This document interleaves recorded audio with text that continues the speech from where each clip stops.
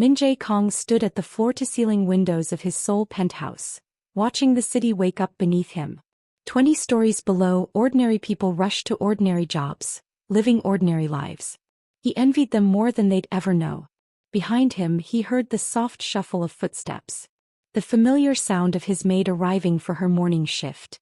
He checked his watch. 5:47 a.m. 3 minutes early as always. Nadia Williams had worked for him for 19 months. 573 days of her quiet presence making his cold penthouse feel almost like a home. 573 days of him pretending not to notice the way she hummed while she cleaned, the kindness in her eyes, the curve of her hips in that plain uniform. 573 days of lying to himself. Today the lying ended. Mr. Kang. Her voice was soft, uncertain. Is everything all right? You're usually still asleep when I arrive. He didn't turn around. Couldn't. If he looked at her, he'd lose his resolve. Your services are no longer required. Silence. Heavy and suffocating. I'm sorry, what? You're fired, Miss Williams. Effective immediately. His voice came out flat, emotionless, the voice he used when ordering executions. My assistant has prepared your severance package. Security will escort you out within the hour. But I don't understand. Did I do something wrong? If this is about the vase I broke last week, I already ordered a replacement. This isn't about a vase. Min-Jae's hands clenched into fists behind his back. I simply no longer require your services. That's all the explanation you're owed. Another silence. He could feel her staring at his back, could imagine the hurt flooding those warm brown eyes. I see. Her voice was quieter now, carefully controlled. May I ask if you'll provide a reference? I'll need one to find other employment. My assistant will handle that. Of course. Well then, thank you for the opportunity, Mr. Kang. It's been an honor working for you. The formality in her tone felt like a knife between his ribs. She turned to leave and Min-Jae's entire body tensed with the effort of not calling her back. Then she stopped at the doorway. Can I ask you something? Off the record. Don't answer, his mind screamed. Let her go. It's safer this way. What? He heard himself say. That night 6 weeks ago. The charity gala. When you asked me to accompany you when we... She took a breath. Did it mean anything to you? Or was I just a convenient distraction? Min-Jae's jaw clenched so hard his teeth ached. That night. That perfect, terrible night when he'd let his guard down completely. When he'd held her in his arms and whispered things in Korean he'd never said to anyone. When he'd made love to her like she was oxygen and he was drowning. It was a mistake, he said, each word feeling like swallowing glass. An error in judgment brought on by alcohol and loneliness. It meant nothing. The words hung in the air like poison. I see, Nadia said again, her voice barely a whisper now. Then I suppose I should thank you for your honesty if nothing else. She left without another word. Min-Jae stood frozen at the window, listening to her footsteps fade down the hallway. The elevator dinged. Then silence. He was alone again. Safe. Miserable. But safe. What he didn't know, what he couldn't know, was that Nadia had been 3 minutes away from telling him the impossible truth. That despite his sterility, despite the medical certainty that he could never father children, she was carrying his babies. Twins. 2 tiny miracles that shouldn't exist, growing inside a woman he'd just destroyed.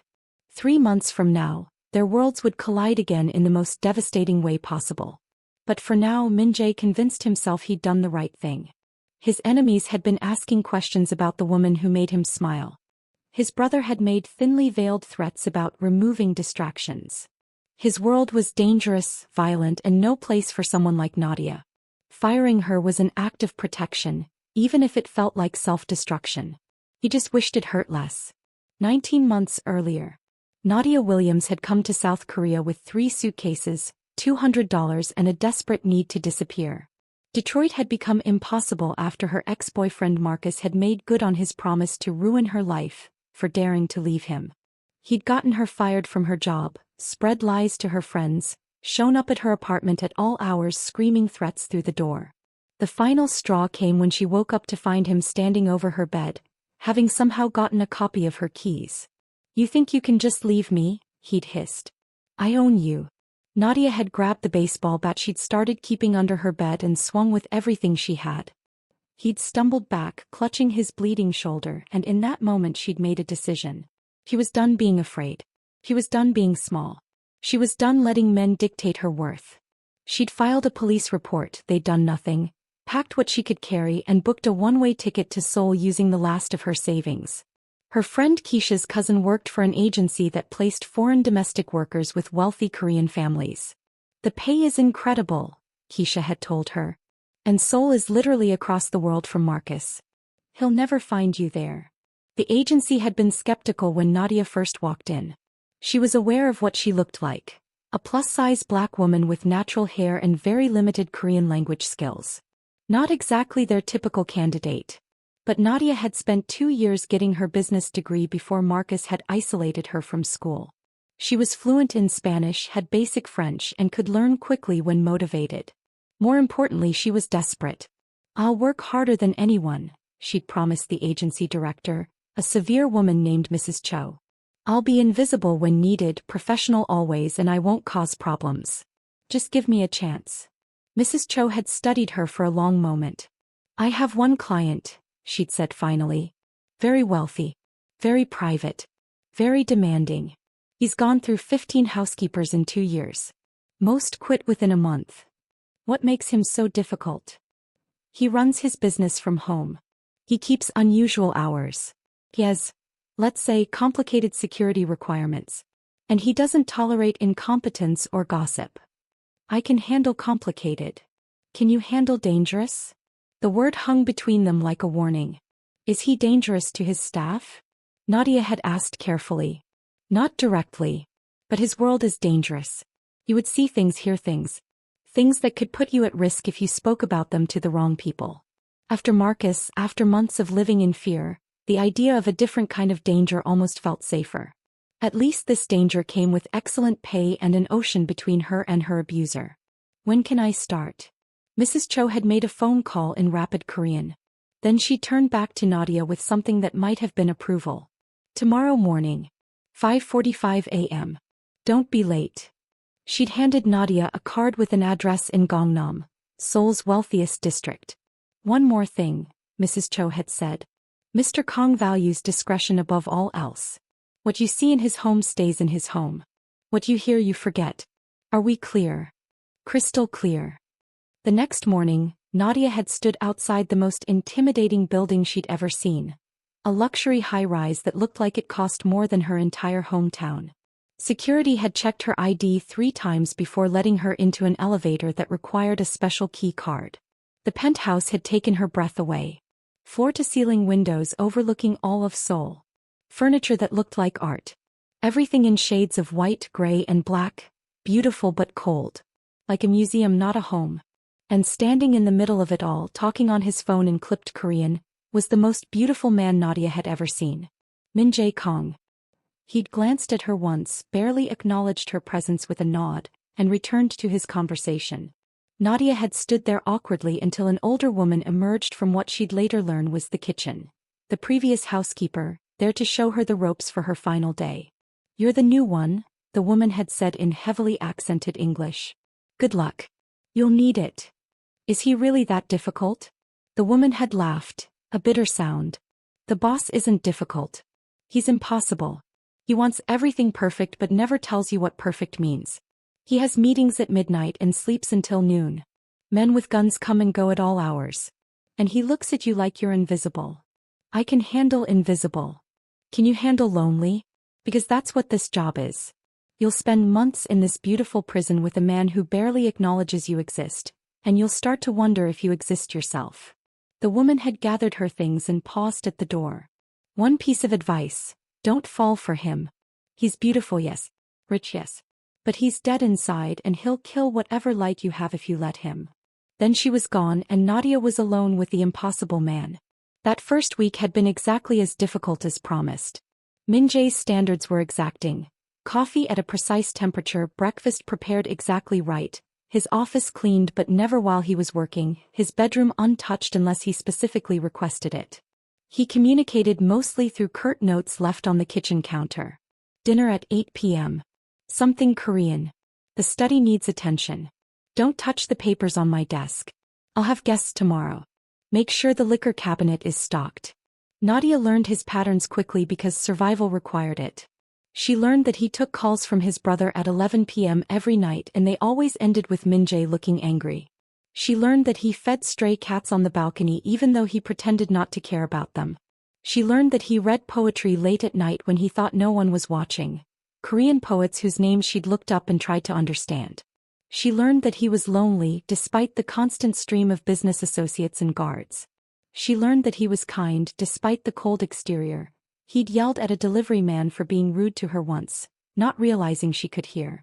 She learned that he was dangerous. She'd walked in on a conversation where he'd calmly discussed taking care of someone who'd betrayed him, and the way he'd said it made her blood run cold. But mostly she learned that he was human.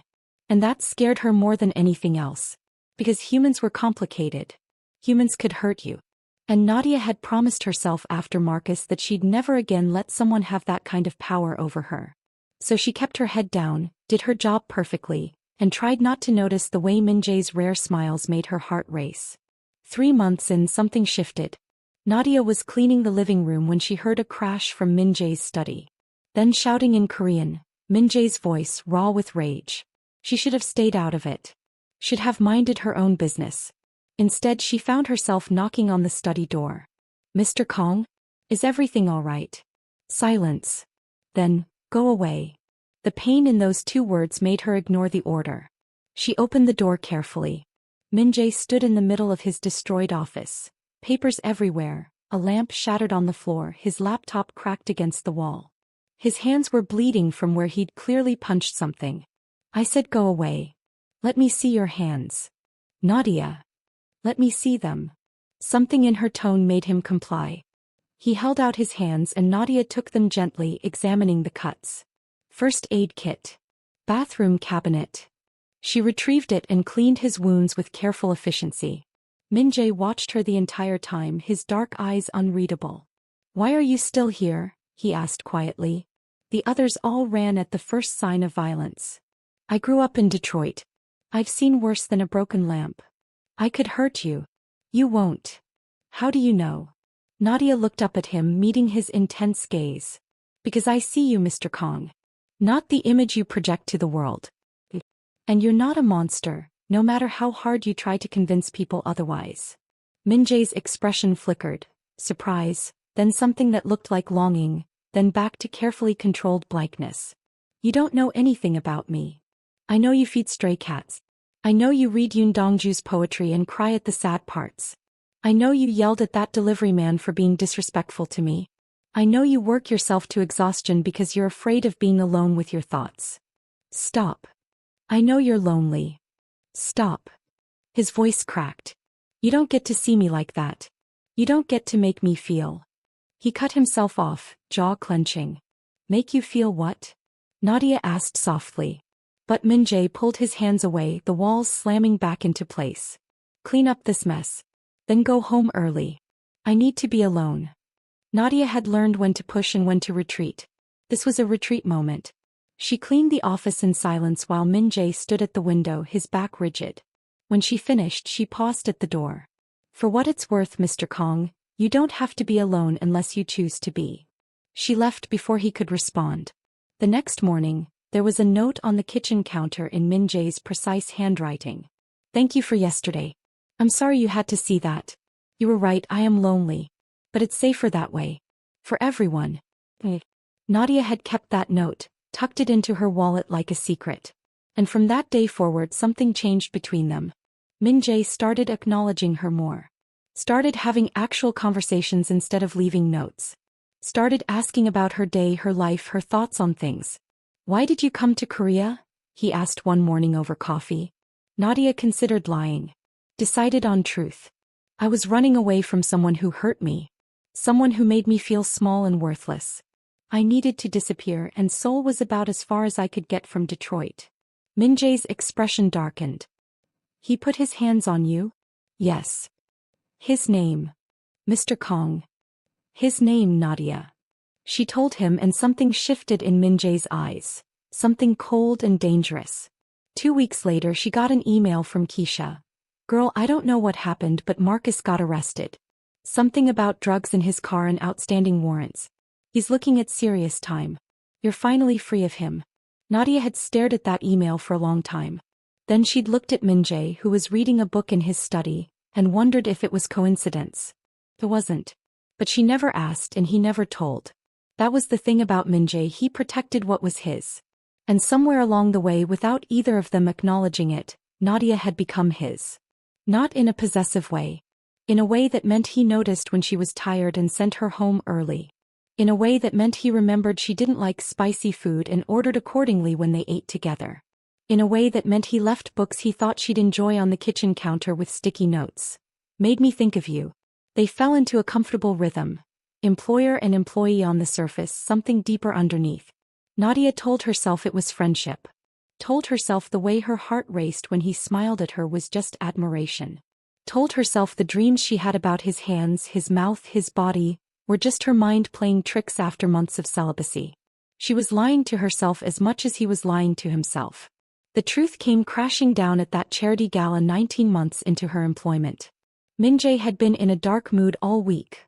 Meetings that went badly, pressure from his brother, threats from rivals. He'd barely slept, barely eaten, barely spoken. Nadia had tried everything to help.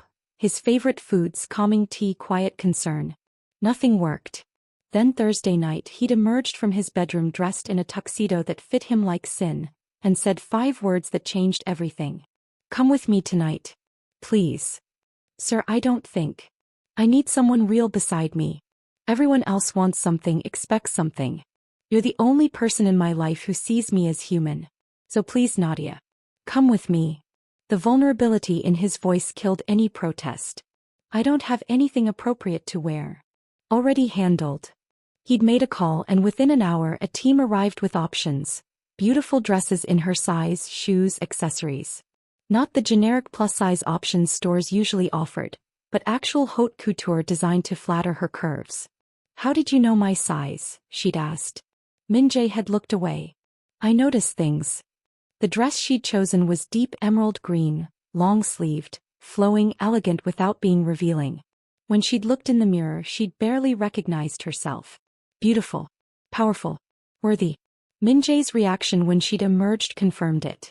He'd actually frozen mid-step, his phone forgotten in his hand. His eyes had traveled over her slowly, something like awe flickering across his face. Nadia. His voice had come out rough. You're stunning. Thank you. I clean up okay. No. Not okay. Extraordinary. The gala had been a blur of wealth and power. Seoul's elite gathered to donate to some cause Nadia couldn't quite follow. But Min-Jae never left her side. He'd introduced her as his trusted associate. Brought her champagne. Made sure she had food. When people spoke Korean around her, he'd translated quietly, his breath warm against her ear. That man in the blue suit is asking if you're my girlfriend, he'd whispered at one point.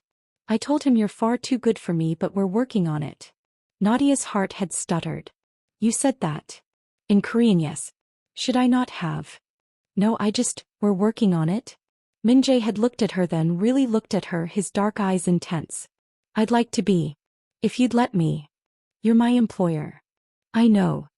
There's a power imbalance. I know. This could be a terrible mistake. I know that too. He'd stepped closer, close enough that she could smell his cologne, something expensive and masculine. But I'm tired of pretending I don't notice you. Tired of acting like you're invisible when you're the only thing I see clearly anymore. Mr. Kang. Min-Jae. Please. When we're alone, call me Min-Jae. The name had felt forbidden on her tongue. Intimate. Min-Jae, she'd whispered and watched his eyes darken. Say it again. Min-Jae. He'd made a sound low in his throat, something between a groan and a prayer. Then the spell had broken as someone approached to speak with him and the moment passed.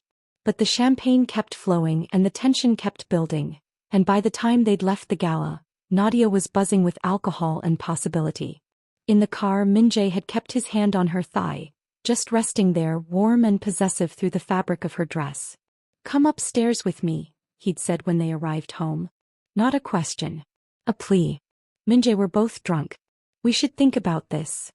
I've thought about nothing else for 19 months. His hand had moved higher. 19 months of watching you move through my home.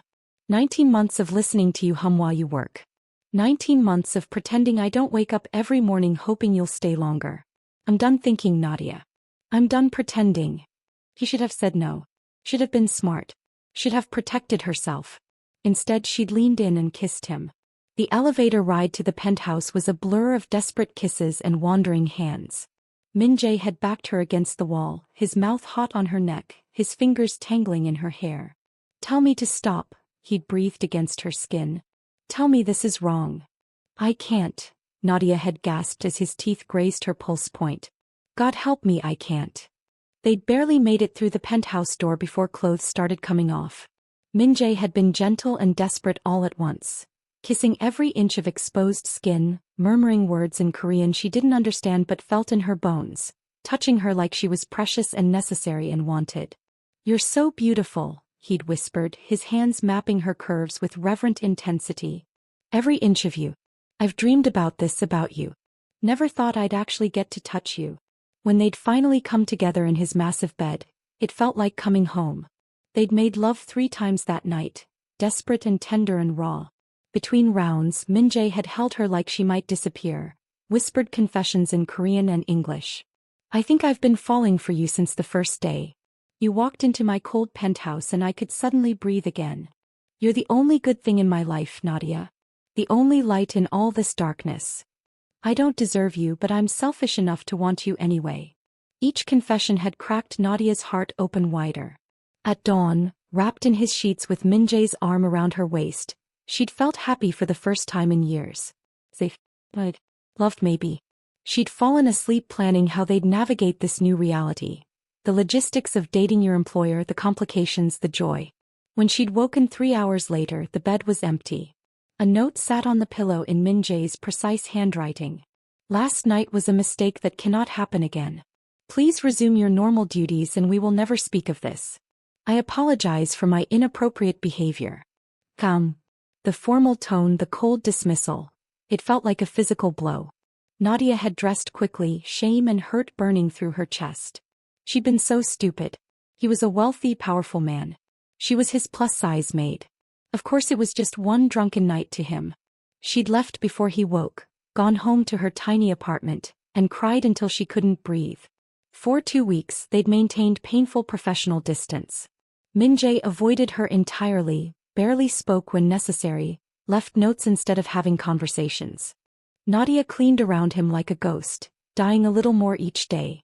Then she'd missed her period. Then the nausea started. Then the home pregnancy test showed 2 impossible lines. And Nadia had sat on her bathroom floor, staring at that positive test, remembering Min-Jae's drunken confession months ago. I'll never have children. They beat me so badly, those men 10 years ago. They destroyed everything. 3 doctors confirmed it. I'm sterile, Nadia. Completely. Irreversibly. My bloodline ends with me. He'd been crying when he told her rare vulnerable tears, and she'd held him while he grieved the family he'd never have. But now staring at this test, at these 2 pink lines. The doctor had confirmed it. 7 weeks pregnant. Twins.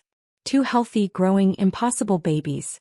I don't understand, the doctor had said, reviewing Min-Jae's old medical files Nadia had somehow obtained. His sperm count was tested multiple times over the years. Always 0. This shouldn't be possible. Could the original diagnosis have been wrong? Extremely unlikely with multiple tests. Unless. The doctor had paused, thinking. There are documented cases, incredibly rare, of stress-induced temporary fertility recovery after severe trauma. The body sometimes heals in unexpected ways. If his body recovered just enough for just a brief window, and then went back? It's theoretically possible. But these babies exist, Ms. Williams. They're real, they're healthy, and they're growing. Medical miracle or not, you're definitely pregnant with twins. Nadia had left that appointment in a daze. She'd spent 3 days gathering courage, rehearsing what she'd say, how she'd explain, how she'd make him understand this wasn't manipulation or entrapment but an actual, genuine miracle. Then Tuesday morning came, and before she could say anything, Min-Jae fired her with cold finality. Standing in that penthouse, her cleaning supplies still in hand, the words dying on her tongue, Nadia had made a choice. She wouldn't beg. Wouldn't grovel. Wouldn't force him to acknowledge these babies if he'd made it clear she meant nothing. She'd signed the severance papers, accepted the generous payout, and walked out of his life carrying the secret that would change everything. She made it to the elevator before the tears came. Made it to the lobby before she had to sit down, overwhelmed. Made it to the street before she had to stop and breathe, her hands instinctively moving to her still flat stomach where two tiny impossible lives were growing. "It's okay," she whispered to them in English. "We'll be okay. Just us. We don't need him." But as she walked away from the luxury high-rise toward the subway station, Nadia knew she was lying. Because she did need him. Because she loved him despite everything. Because these babies deserved to know their father. But if Min-Jae had decided she was disposable, then she'd respect that decision. She'd disappear, raise her miracle twins alone, and build a life that didn't revolve around a man too damaged to accept love. She'd done it before. He could do it again. What Nadia didn't know as she boarded the train to her apartment was that Min-Jae stood at his penthouse window, watching her tiny figure disappear into the crowd below, his hand pressed against the glass like he could reach through and pull her back. What she didn't know was that he'd spent the morning vomiting from anxiety, his body physically rejecting the decision his mind insisted was necessary. What she didn't know was that firing her was the hardest thing he'd ever done. Harder than surviving that brutal beating, harder than killing his first man, harder than every violent act he'd committed in the name of power. And what she definitely didn't know was that in 3 months, their worlds would collide again in a hospital corridor. That Min-Jae would stand frozen, staring at her pregnant belly, realizing the impossible had happened.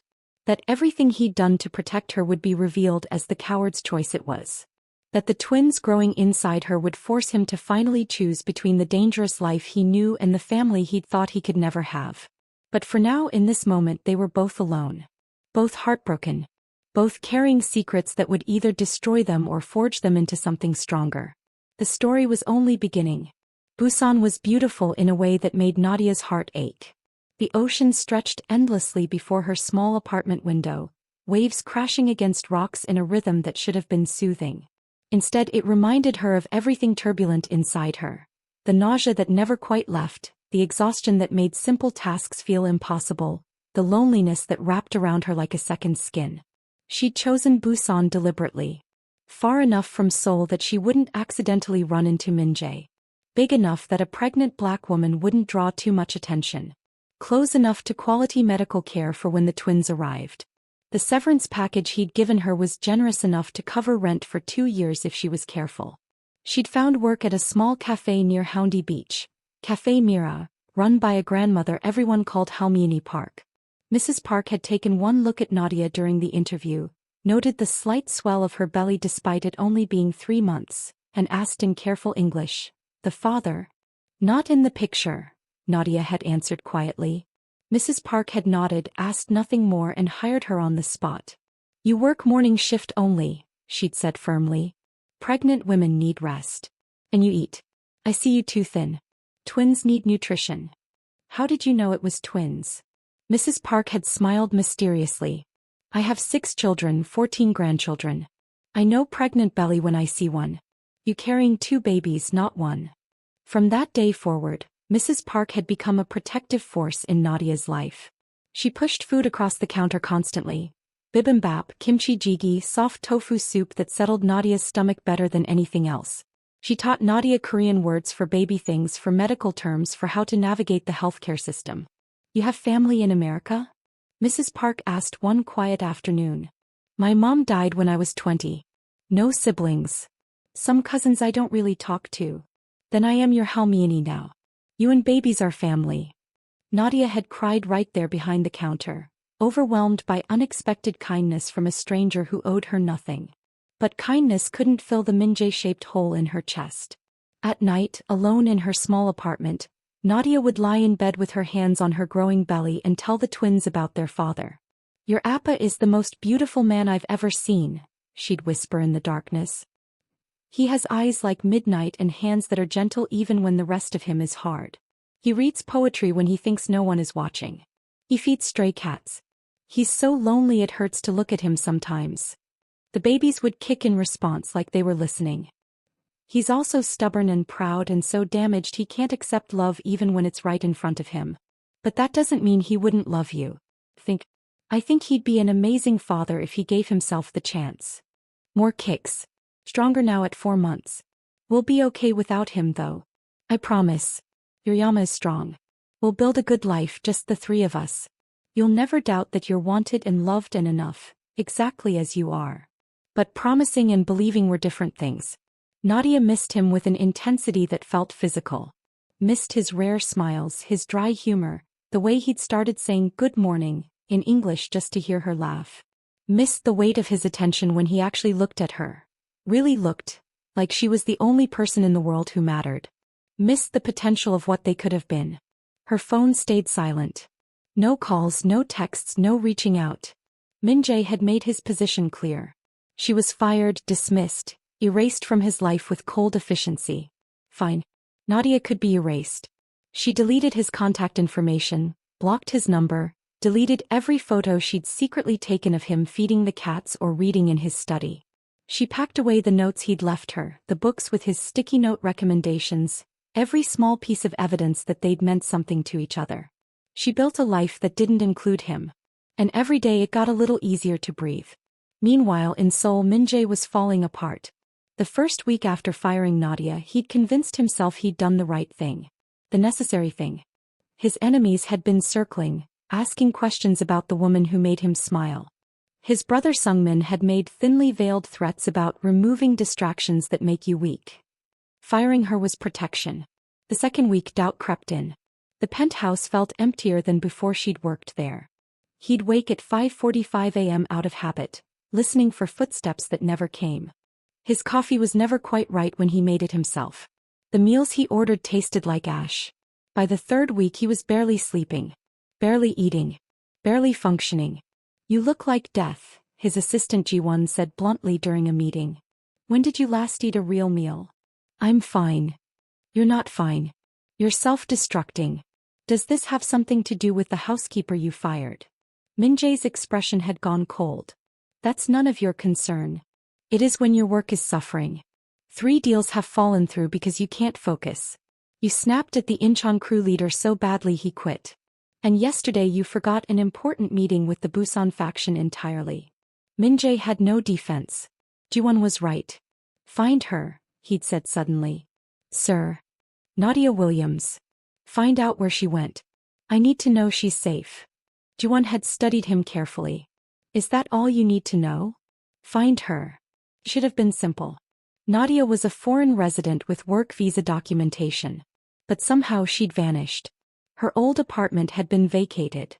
The agency that placed her said she'd resigned and left no forwarding information. Her phone number was disconnected. Even her social media accounts had been deactivated. It was like she'd never existed. "She doesn't want to be found," Ji-won reported after 2 weeks of searching. "Keep looking. Boss, maybe you should respect her wishes. Keep looking." By week 6, Min-Jae had personally joined the search. He drove to the agency, demanded answers, threw money at problems until people talked. Nothing. He started making mistakes. Dangerous mistakes. He misjudged a rival's move and nearly lost a shipment worth millions. He trusted the wrong person and barely avoided an ambush. His brother called a meeting to discuss his concerning behavior. "You've gone soft," Sungmin said coldly. "All because of some fat black whore who—" Min-Jae had lunged across the table before anyone could stop him. His hands wrapped around his brother's throat, rage flooding every cell. "Say that again," he'd hissed in Korean. "Say one more word about her and I'll kill you, brother or not." It took 4 men to pull him off. The war council that followed was brutal. His father, the organization's patriarch, had stared at him with disappointment. "This woman has made you weak, unstable, a liability. She's made me remember I'm human. In our world, being human gets you killed. Then maybe I don't want to be in this world anymore." The words had hung in the air like a bomb. His father's expression had gone from disappointment to cold rage. "You would throw away everything? Your family legacy, your power, your position, all for some woman who left you." "I drove her away." "There's a difference." "Then you made the right choice. Women are distractions we can't afford." But Min-Jae couldn't forget her. Couldn't stop searching. Couldn't silence the voice in his head that kept whispering he'd made the worst mistake of his life. By week 8 he collapsed during a meeting. Just stood up to pour water and crumpled like his strings had been cut. He woke in Seoul National University Hospital with IVs in his arm and Ji-won sitting beside his bed. The doctors say it's exhaustion and severe stress, Ji-won said quietly. Your body is shutting down, boss. You can't keep doing this. I have to find her. Why? So you can push her away again. So I can apologize. So I can tell her the truth, that I'm in love with her and I've been too much of a coward to admit it. Ji-won's expression softened. Then stop searching in secret. Reach out directly. Make a public gesture. Something she can't ignore. She blocked my number. Deleted everything. She doesn't want to hear from me. Can you blame her? You fired her, called that night you shared a mistake, disappeared from her life. Why would she want anything to do with you? Min-Jae closed his eyes. Ji-won was right. He'd destroyed whatever they had so thoroughly that Nadia was gone, truly gone, and he had no one to blame but himself. I don't know how to fix this, he admitted. I don't know how to be the man she deserves. Maybe start by being honest. About your feelings. About why you pushed her away. About the fact that you're completely lost without her. What if it's too late? Then at least you'll know you tried. But before Min-Jae could formulate a plan, everything changed. One of his oldest contacts, a man named Detective Han who'd been on his payroll for years but was secretly working to bring down the organization from within, came to visit. I need to tell you something, Han said, checking to make sure they were alone. And you're not going to like it. What? I found Nadia Williams. Min-Jae sat up so fast his IVs nearly pulled out. Where? Busan. Working at a small cafe near Houndy Beach. Is she safe? Is she okay? Han hesitated. She's fine. Healthy. Working part-time, living in a small apartment. But there's something else. What? She's pregnant, Min-Jae. Very pregnant. I'd estimate 6 months, maybe more. The words didn't make sense at first. Pregnant. Nadia was pregnant. Which meant she'd gotten pregnant right after leaving him. Which meant she'd moved on, found someone else, built a life without him. The pain was stunning in its intensity. Who's the father? Min-Jae heard himself ask. I don't know. She lives alone. No man visits regularly. But she's definitely pregnant. I saw her myself, she's got a significant belly, wearing maternity clothes, the whole thing. After Han left, Min-Jae lay in his hospital bed staring at the ceiling. Pregnant. Nadia was having someone else's baby. She'd left him and immediately found someone else and was building the family Min-Jae could never give her. The irony was devastating. He was sterile, incapable of fathering children, and the woman he loved was carrying another man's child. Ji-won found him that evening staring at nothing, not responding to questions. Boss? The doctors want to run more tests. You need to, boss, are you crying? Min-Jae touched his face. His fingers came away wet. She's pregnant, he said flatly. Nadia. She's 6 months pregnant with someone else's baby. Oh. I'm sorry. I waited too long. I was too much of a coward. And now she's moved on and I have to live with that. Maybe it's not. It is. 6 months pregnant means she got pregnant right after I fired her. Maybe even before. Maybe that's why she left so easily, she already had someone else. But even as he said it, Min-Jae didn't believe it. Nadia wasn't like that. She was loyal, honest, incapable of that kind of deception. Which meant she'd met someone after. Which meant she'd healed and moved forward while he was stuck in the past. You should rest, Ji-won said gently. Focus on getting better. But Min-Jae couldn't rest. His mind kept spinning, kept imagining Nadia with another man, kept seeing her belly swollen with someone else's child. The image tortured him. 2 days later, against medical advice, he checked himself out of the hospital. Ji-won tried to stop him. The doctors say you need at least another week. I'm done with hospitals. I'm done with this city. I need to see her. Boss, that's a terrible idea. She's clearly moved on. Showing up pregnant could. I don't care. I have to see her. I have to know she's truly happy without me before I can let her go. And if she is happy, then I'll walk away. For real this time. But I need to see it with my own eyes. Ji-won sighed but didn't argue further. He arranged for a car, made calls to have Min-Jae's Busan apartment opened and cleaned, tried to prepare for disaster. Because that's what this felt like. A disaster waiting to happen. The drive to Busan took 4 hours. Min-Jae spent it rehearsing what he'd say, how he'd react, how he'd pretend his heart wasn't shattering into pieces. Detective Han had provided the cafe's address. Min-Jae parked down the block and watched through the window like a stalker. And there she was. Nadia. His Nadia. Looking more beautiful than he remembered because of the obvious pregnancy. She wore a loose blue dress that couldn't quite hide her swollen belly. Her hair was in braids now. She smiled as she served customers, laughed at something an older woman said. She looked happy. Min-Jae felt something inside him die. He sat in his car for 2 hours just watching. Memorizing her. Saying goodbye to the future they'd never have. Then she stepped outside for her break, rubbing her lower back with one hand, her other hand resting protectively on her belly. And Min-Jae couldn't help himself. He got out of the car. Crossed the street. Stood in front of her. Nadia looked up and the color drained from her face. Min-Jae, she whispered. Hi, he said stupidly, his carefully rehearsed speech evaporating. You look good. What are you doing here? I was looking for you. I've been looking for months. I needed to know you were okay. I'm fine. As you can see. She gestured vaguely at herself. His eyes dropped to her belly.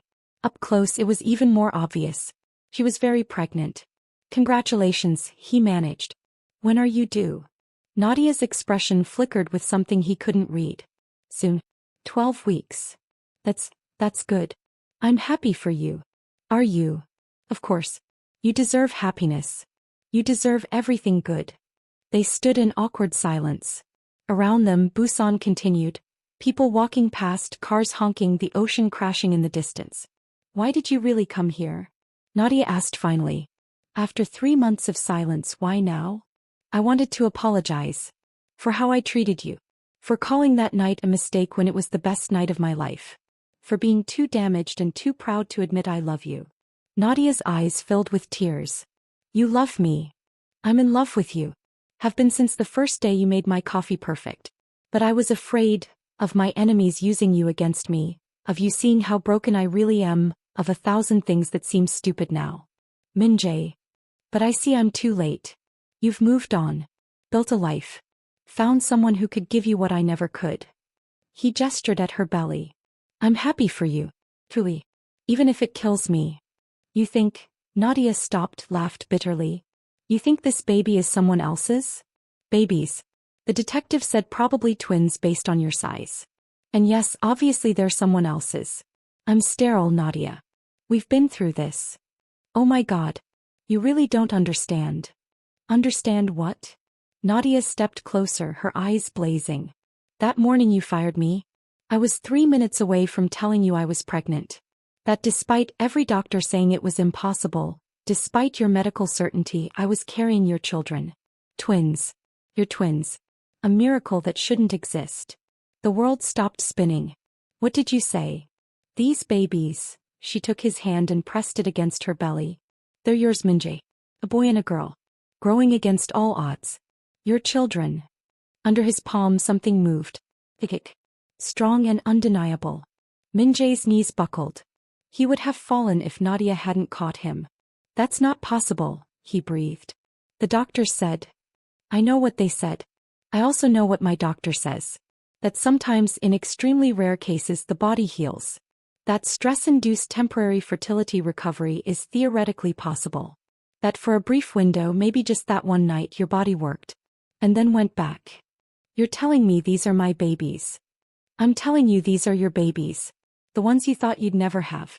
The family you were told was impossible. They're real, Min-Jae. They're yours. They're ours. He stared at her belly, at the place where his hand rested, where he could feel movement. His children, his impossible children, alive and growing. Why didn't you tell me? His voice cracked. That morning, why didn't you? Because you fired me before I could. You stood there with your back to me and told me I meant nothing. That night was a mistake. So I decided if you didn't want me, you didn't get to know about them either. Nadia, if I'd known. Would it have changed anything? Would you have kept me around out of obligation? Married me because it was the right thing? I don't want to be your burden, Min-Jae. I won't raise my children with a father who resents them for trapping him. Resent them? I could never. He looked up at her, tears streaming down his face. You think I'd resent the most precious gift I've ever been given? Nadia, these babies are a miracle. You're a miracle. And I'm the world's biggest fool for letting you walk away. You didn't let me walk away. You fired me. Because I was terrified. Because men in my world were asking questions about you. Because my brother threatened to handle my distraction. Because I'd rather die than see you hurt because of me.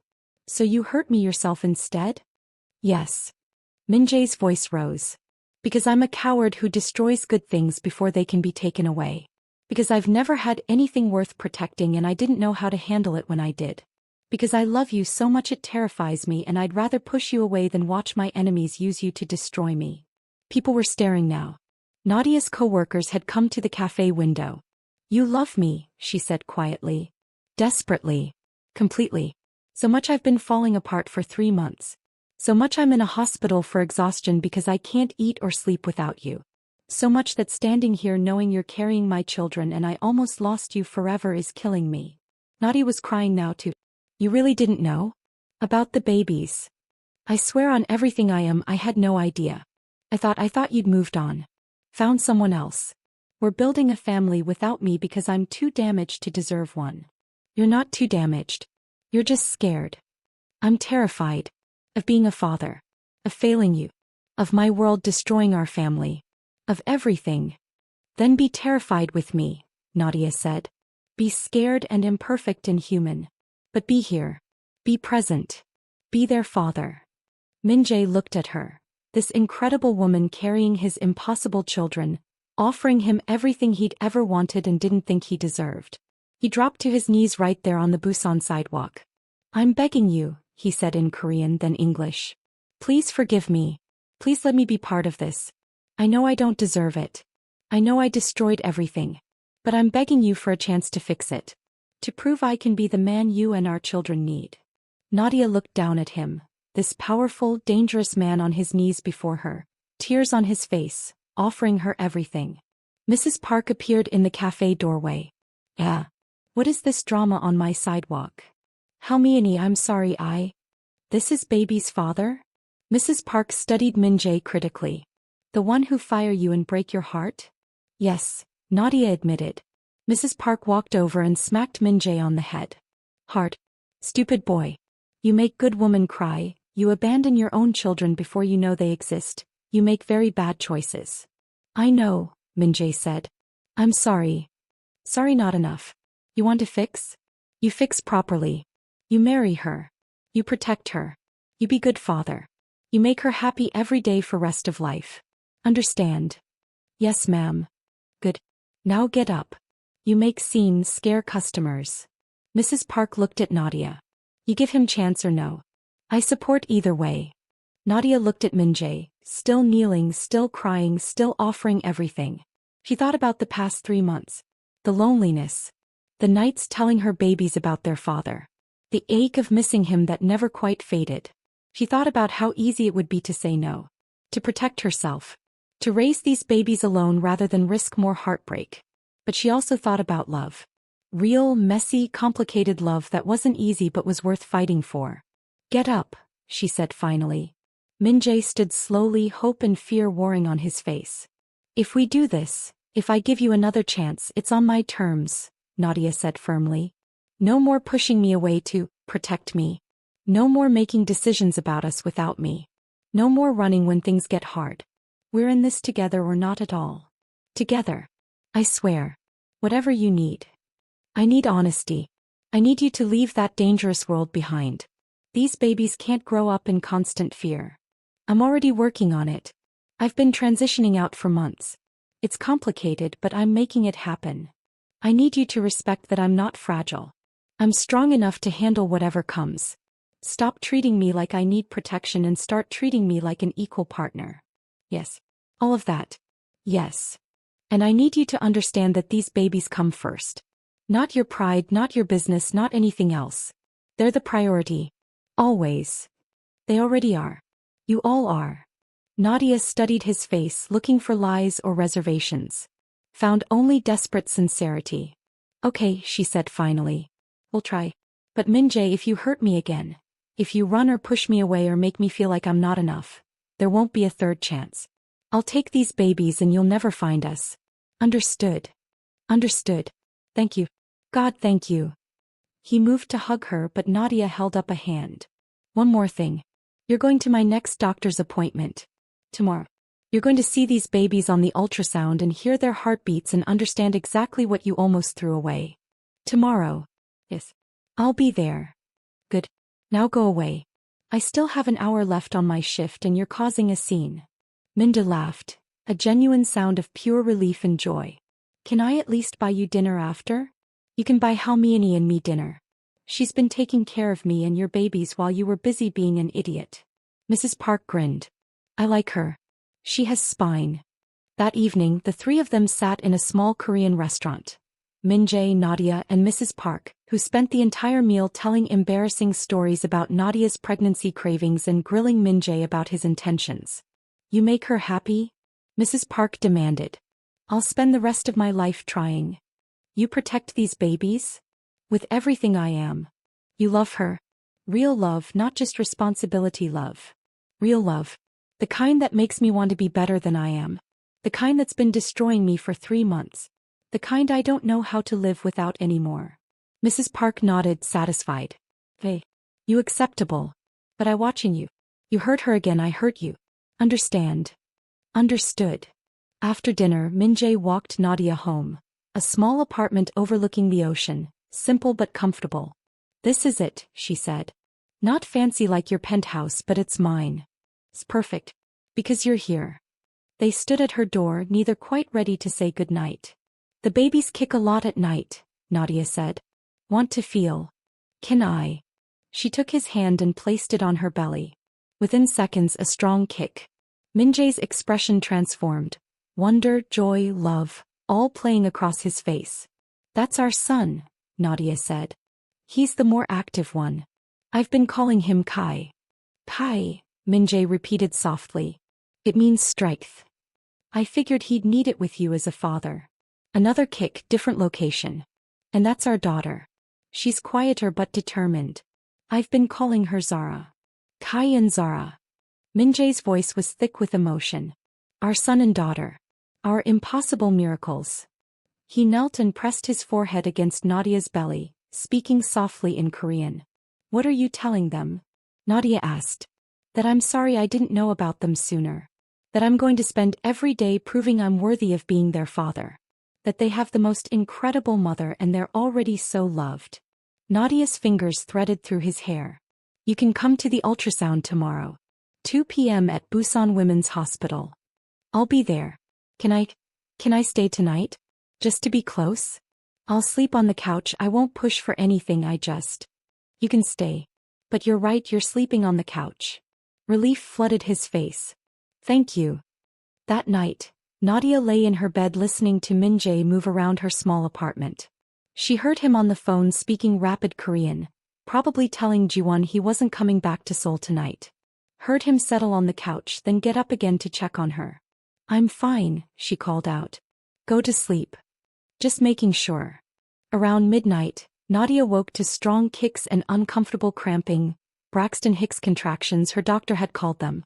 Practice contractions, nothing dangerous but sometimes painful. She tried to breathe through them quietly, but Min-Jae appeared in her doorway within minutes. What's wrong? Are you in pain? Should I call a doctor?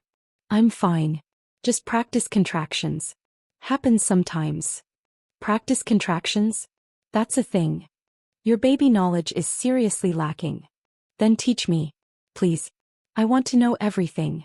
So Nadia spent the next hour explaining pregnancy symptoms, Braxton Hicks contractions, what to expect in the 3rd trimester. Min-Jae listened with intense focus, asking questions, taking mental notes. I've missed so much already, he said quietly. The first ultrasound, the first kicks, finding out their genders. All of it. You're here now. That's what matters. Is it enough? Can you really forgive me? Nadia was quiet for a moment. I don't know yet. Forgiveness isn't instant. You hurt me badly, Min-Jae. You made me feel worthless and disposable. That doesn't just disappear because you apologized. I know. I'll spend however long it takes proving I'm different. Proving I won't run again. Good. Because these babies deserve better than a father who only showed up because he got caught. I didn't get caught. I came looking for you. After 3 months. After 3 months of falling apart.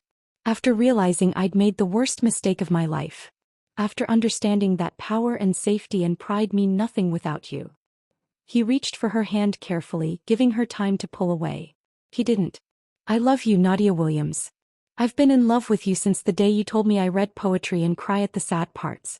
Since you looked at me and saw past the monster to the man underneath.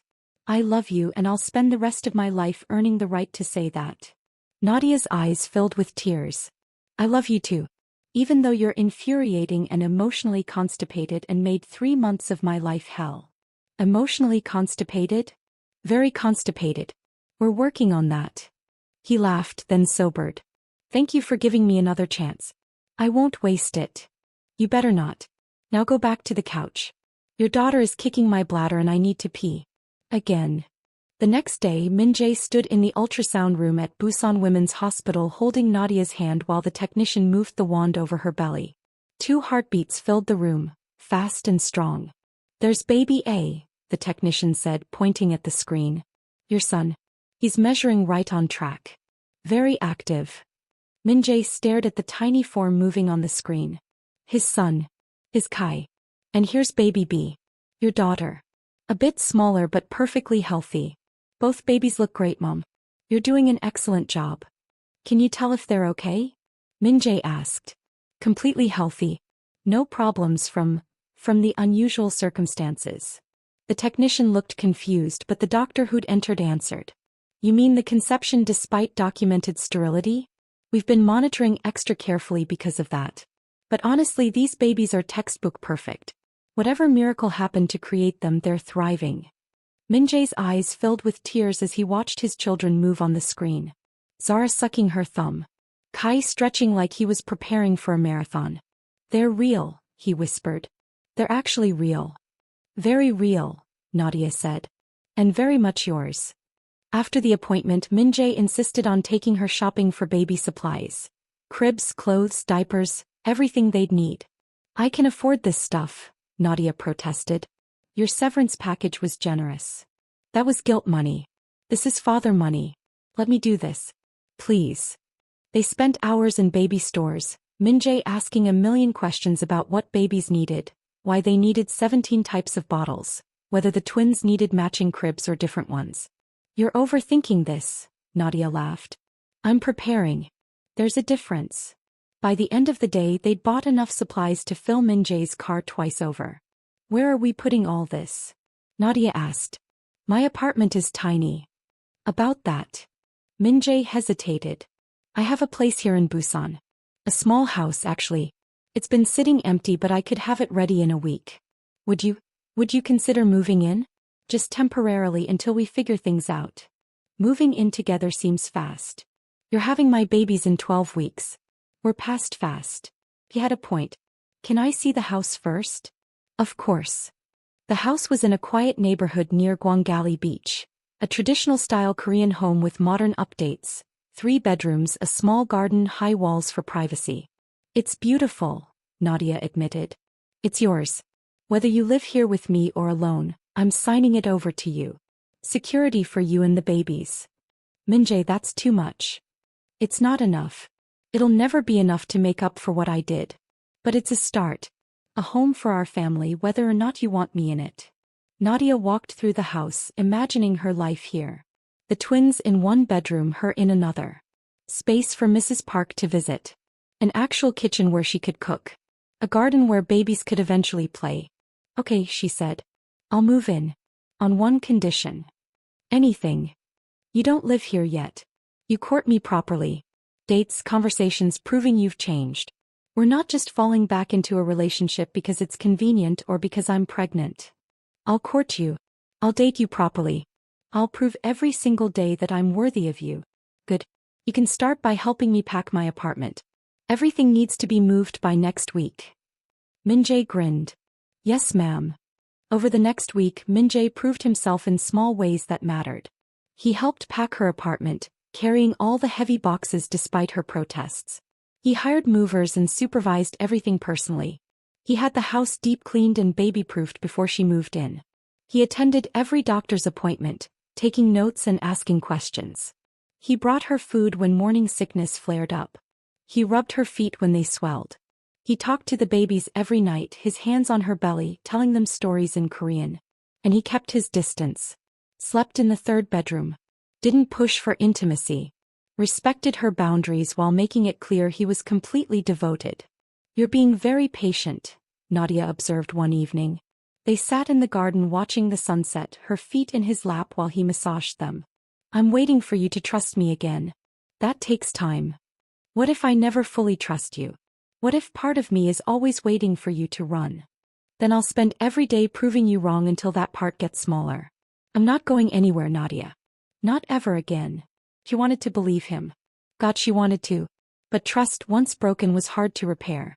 Still, watching him with her belly every night, seeing his pure joy and wonder and love for their babies, it was hard not to soften. 2 weeks after moving into the house, Nadia woke to find Min-Jae gone. No note, no explanation. Her heart sank. He'd left. He'd gotten bored or scared or remembered why he'd fired her in the first place. She was spiraling into panic when the front door opened. Min-Jae rushed in carrying bags from her favorite bakery. "I'm sorry, I should have left a note. I just wanted to get fresh bread for breakfast and, Nadia, why are you crying? I thought you'd left." Understanding dawned on his face. He set down the bags and pulled her gently into his arms. "I will never leave again. Never. I'll always tell you where I'm going. I'll always come back. I promise you this with everything I am." "You can't promise that. What if something happens? What if you're enemies? Then I'll fight through hell to get back to you. But I won't run.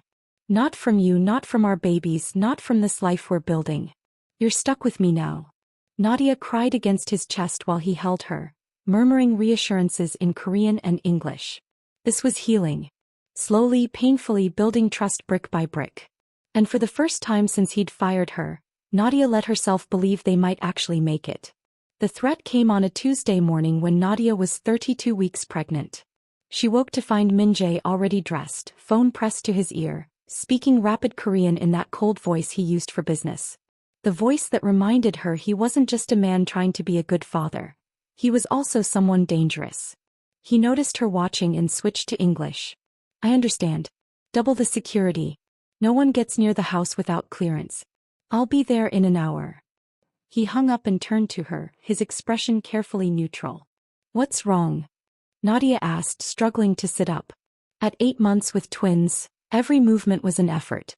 Nothing for you to worry about." "Min-Jae," we agreed. "No more secrets." He was quiet for a long moment, then sat on the edge of the bed. "My brother found out about you. About the babies." Nadia's blood ran cold. Min-Jae had told her about Sung-min, his older brother who ran the violent side of their organization, who'd threatened to remove distractions before. "How?" "Someone in my organization has been watching us." Reporting back. Sung-min called this morning with questions. "What kind of questions?"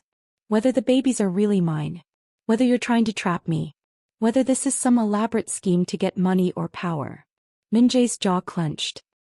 "He used words about you I won't repeat." "And what did you tell him?"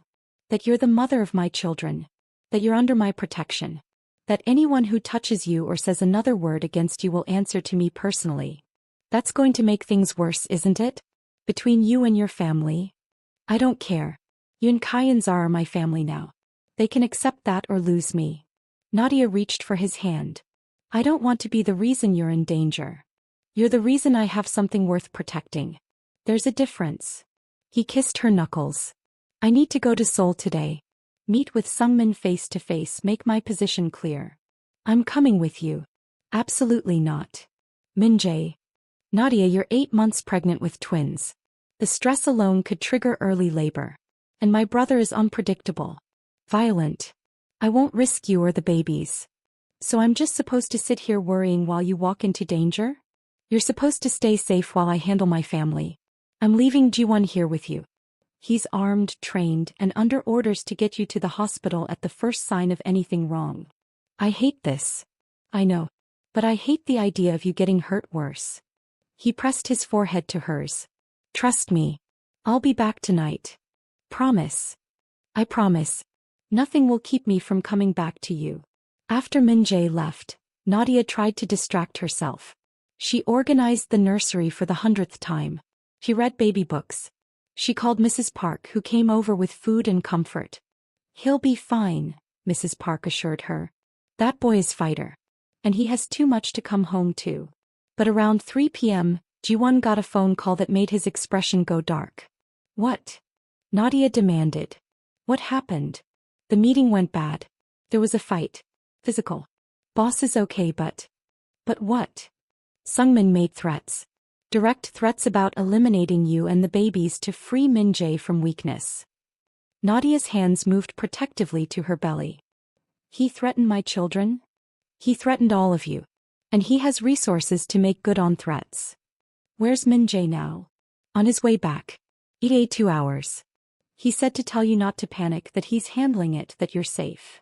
But Nadia couldn't feel safe. Not with someone threatening her unborn babies. Not with violence hanging over their heads like a sword. When Min-Jae finally arrived, he looked like hell. A split lip, bruised knuckles, exhaustion in every line of his body. Nadia launched herself at him as fast as her pregnant body would allow. He caught her carefully, mindful of her belly. I'm okay, he murmured into her hair. I'm fine. Your brother threatened our babies. I know. And he's going to regret it. She pulled back to look at him. What does that mean? Min-Jae guided her to the couch, sat beside her, took her hands.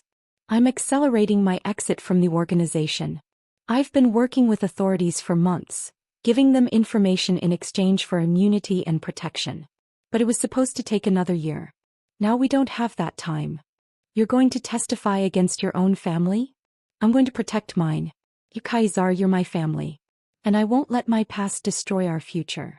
Min-Jae, if you testify, your brother will kill you. Your whole organization will come after you. Which is why we're going into witness protection after the babies are born. New identities, new location, a fresh start. The words hung in the air like a bomb. Witness protection? We'd have to leave everything? Everyone. I know it's not ideal. Not ideal?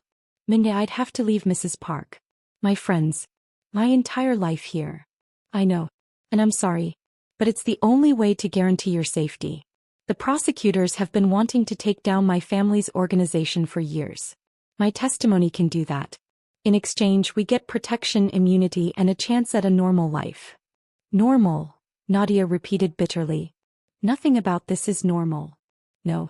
But it's better than constantly looking over our shoulders. Better than raising our children in fear. Nadia stood and paced as much as her body would allow. Her mind raced through options, consequences, futures. How long have you been planning this? Since the day you told me you were pregnant. I knew I couldn't bring children into my world. So I contacted Detective Han, started building a case, began the process of burning every bridge I have. Why didn't you tell me? Because I wanted to have everything arranged first. Wanted to present you with a solution, not a problem. I'm not a child who needs protection from problems, Min-Jae. I'm your partner. We make decisions together. You're right. I'm sorry. Old habits. He stood and came to her, his hands gentle on her shoulders. So let's decide together. Do we go into protection? Or do we stay and fight? Nadia looked at him. This man who was willing to betray everything he'd known to keep her and their babies safe. This man who'd spent the last month proving himself day after day. If we stay and fight, what are the odds we win? Honestly, maybe 50-50. My brother has resources, connections, people willing to kill for him. And if we go into protection? Almost guaranteed safety. But we lose everyone we know. We'd have to cut contact with Mrs. Park, your friends, everyone from our old lives. Nadia's hands moved to her belly, feeling Kai and Zara moving inside her. What kind of life would we have? In protection. Whatever we build. New names, new city, legitimate jobs. The prosecutors suggested somewhere in the countryside. Maybe Jeju Island or a small town. Quiet. Safe. Anonymous. And your business? Your wealth. I've been moving assets for months. Legitimate holdings that can't be traced to my organization. Not as much as I had, but enough that will be comfortable. You and the babies will never want for anything. Nadia was quiet for a long time. I need to think, she said finally. Take all the time you need. The offer doesn't expire until after the babies are born. We have a few weeks. But they didn't have weeks. That night, around 11 p.m., Nadia woke to wetness between her legs. At first she thought she'd lost control of her bladder, a common problem at this stage. But then she felt it, a gush of fluid, warm and unmistakable. Min-Jae, she called out, trying to stay calm. Min-Jae, I need you. He appeared in seconds, still half asleep. What's wrong? My water broke. I think the babies are coming. Whatever drowsiness he'd had evaporated instantly. He was on his phone calling the hospital, calling Ji-won, grabbing the hospital bag they'd packed weeks ago. It's too early, Nadia said, fear making her voice shake. I'm only 32 weeks. They're not supposed to come for another 6 weeks. Twin pregnancies often go early. The doctor said this might happen. Min-Jae helped her to her feet, his hands steady despite the panic she could see in his eyes. You're going to be fine. The babies are going to be fine. We've got this. A contraction hit, sharp and real and taking her breath away. Okay, maybe not fine, she gasped. Maybe terrified. Terrified together, Min-Jae said. Come on. Let's go meet our children. The drive to Busan Women's Hospital took 15 minutes that felt like hours. Nadia's contractions were coming fast, too fast for a first labor. Something's wrong, she kept saying. It shouldn't be this fast. Different for everyone, Min-Jae said, but she could hear the worry in his voice. At the hospital they were rushed into a delivery room. Doctors swarmed, checking vitals, monitoring the babies, making decisions. Both babies are in distress, the head doctor said in Korean, then English for Nadia's benefit. We need to do an emergency C-section. Now. What? No, I wanted to try natural. Ms. Williams, baby A's heart rate is dropping. We don't have time to discuss options. We need consent immediately. Nadia looked at Min-Jae, terrified. Whatever keeps them safe, he said firmly. Do whatever you have to do. Everything happened fast after that. Nadia was prepped for surgery, an epidural placed, Min-Jae given scrubs and a mask. I'm scared, Nadia whispered as they wheeled her toward the operating room. Min-Jae held her hand. Me too. But we're doing this together, remember? You're not alone. In the operating room, a curtain blocked her view of the surgery. Min-Jae sat by her head, holding her hand, talking to keep her calm. Tell me about them, Nadia said. What they'll be like. Kai will be stubborn like his mother. Strong. He'll protect his sister fiercely. Probably get into fights defending her honor in school. And Zara? Zara will be brilliant. She'll have your kindness and my determination. She'll probably run the world someday. Big expectations for babies who aren't even born yet. There are babies. Of course they'll be extraordinary. You feel that. The doctor's voice cut through their conversation. We're making the incision now. Pressure. Pulling. Nadia couldn't feel pain, but she could feel them working, could feel the strange sensation of her body being opened. Then a cry. Thin and angry and absolutely beautiful. Baby A, the doctor announced. A boy. 11:47 p.m. Kai, Nadia breathed. That's Kai. They held him up briefly over the curtain, tiny and red and screaming his lungs out. Then he was whisked away to be cleaned and assessed. Baby B is coming, the doctor said. More pressure, more pulling, then another cry, quieter but just as insistent. A girl. 11:49 p.m. Zara, Min-Jae said, his voice thick with tears. Our Zara. A brief glimpse of their daughter, then she was gone too. Silence fell. Too much silence. What's happening? Nadia asked. Why aren't they crying? Why can't I hear them? They're working on them, Min-Jae said, but his face had gone pale. They're premature, they need help. A neonatologist approached. Both babies are breathing on their own but struggling. We're moving them to the NICU for observation and support. Baby boy is 4 pounds 3 ounces, baby girl is 3 pounds 9 ounces. Small but within normal range for 32 weeks. Can I see them? Nadia begged. Once we have you closed up and stable. Dad, you can go to the NICU now if you want. Min-Jae looked torn. Go, Nadia said. Be with them.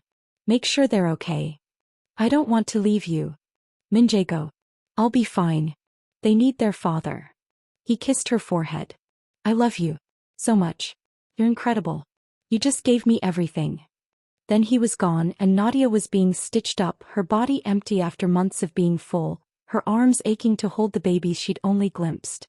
An hour later, cleaned up and in a recovery room, Nadia was finally wheeled to the NICU. Nothing could have prepared her for seeing her children in incubators. Kai was in one, Zara in another, both attached to monitors and tubes and machines that beeped constantly. They looked so small, so fragile, so impossibly perfect. Min-Jae stood between the incubators, one hand on each, tears streaming down his face. They're fighters, he said when he saw Nadia. Both of them. The doctors say they're strong for their gestational age. Good lung development. They just need help for a few weeks until they're bigger. Can I hold them? Not yet. Maybe in a few days once they're more stable. But you can touch them. A nurse helped position Nadia's wheelchair between the incubators. She reached in carefully, her fingers touching Kai's tiny hand. He immediately grasped her finger with surprising strength. Hi baby boy, she whispered. I'm your Yama. I've been waiting so long to meet you. She moved to Zara's incubator, touched her daughter's impossibly small fingers. Zara's eyes opened briefly, dark like her father's, before closing again. You're both so perfect, Nadia said, tears flowing freely now. So wanted. So loved. Min-Jae stood behind her wheelchair, his hands on her shoulders. We made them, he said in wonder. Against all odds, against medical impossibility, we made these two perfect humans. They're going to be okay, right? The doctors say yes. They just need time to grow. We can stay here, be with them as much as possible. For the next 3 days, Nadia barely left the NICU. She pumped breast milk for them even though they were too small to nurse yet. She read to them, sang to them, touched them through the incubator ports whenever allowed. Min-Jae never left her side. He slept in a chair beside her bed. He brought her food she didn't eat. He learned medical terminology and asked doctors a million questions. You need to rest, the nurses kept telling Nadia. You just had major surgery. I need to be with my babies. On day 4 they got permission for skin-to-skin contact. Kangaroo care, the nurses called it. They carefully lifted Kai from his incubator and placed him on Nadia's bare chest, a blanket over both of them. The feeling of finally holding her son, warm and alive and real against her skin, broke something open in Nadia's chest. Hi baby, she whispered.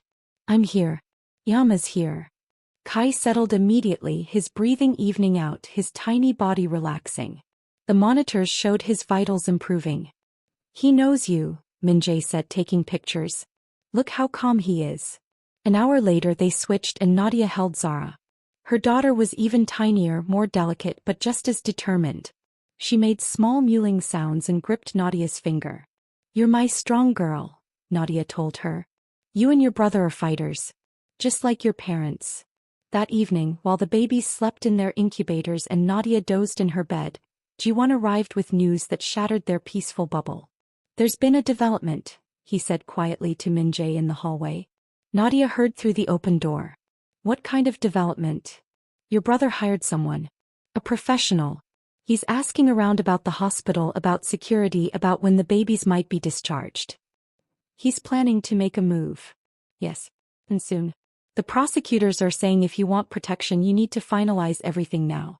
Before Sungmin can act. Min-Jae was quiet for a long moment. How soon can they move us?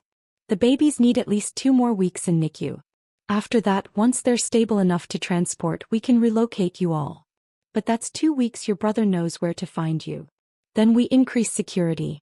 No one gets near this hospital room who isn't vetted 3 times. Boss, it might not be enough. It has to be enough. I'm not making life-altering decisions while my children are in the NICU. We wait until they're healthy enough to move, then we take protection. Not before. After Ji-won left, Min-Jae came back into the room to find Nadia awake and staring at him. You heard all that, he said. Not a question. Your brother is coming after our babies. I won't let him touch them. I'll die first. That's not reassuring, Min-Jae. He sat on the edge of her bed. 2 weeks. That's all we need. 2 weeks for Kai and Zara to get strong enough, then we disappear. New names, new life, complete safety. And if your brother makes a move before then I handle it. Permanently. The cold way he said it reminded Nadia exactly who Min-Jae was. Not just a devoted father but a man capable of extreme violence when his family was threatened. I don't want you to kill your own brother. I don't want to either. But if it's him or my children, there's no choice. They win. Every time. Nadia reached for his hand. We're really doing this? Leaving everything behind. Do you have a better idea? He didn't. The next week crawled by in a haze of NICU visits and mounting tension.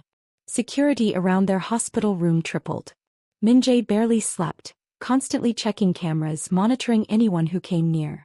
Kai and Zara grew stronger each day.